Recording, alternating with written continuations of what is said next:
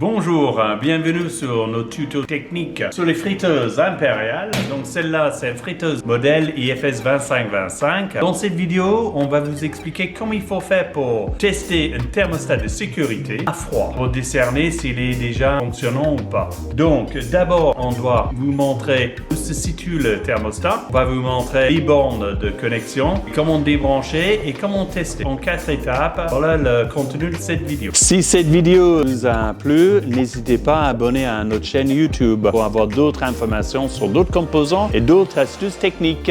Voilà, on y va. Donc, le thermostat de sécurité sur cette friteuse, il se trouve derrière. Donc, ici, c'est le premier et l'autre, c'est le deuxième.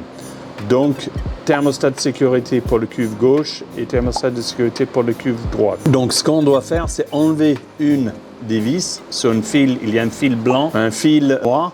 On enlève un de ces fils pour pouvoir tester la continuité ou pas du thermostat. Donc, je vais commencer à les enlever. Je vais prendre un tournevis plate parce qu'il n'y a pas beaucoup de place. Si vous ne pouvez pas accéder, on peut toujours enlever l'ensemble ici avec les deux vis. J'enlève celle-là et normalement, on peut le sortir le fil. Voilà. Donc là, je prends le multimètre, je vais mettre sur les ohms pour tester la continuité.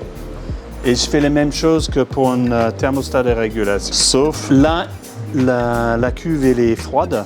Donc normalement, il doit avoir la continuité. Ça veut dire qu'il faut qu'il y ait une petite résistance. Donc là, je vais mettre sur le borne de l'extrémité blanc et le borne ici. Et là, il y a de la continuité. S'il n'y a pas de mesure d'ohm, ça veut dire qu'il est probablement défectueux.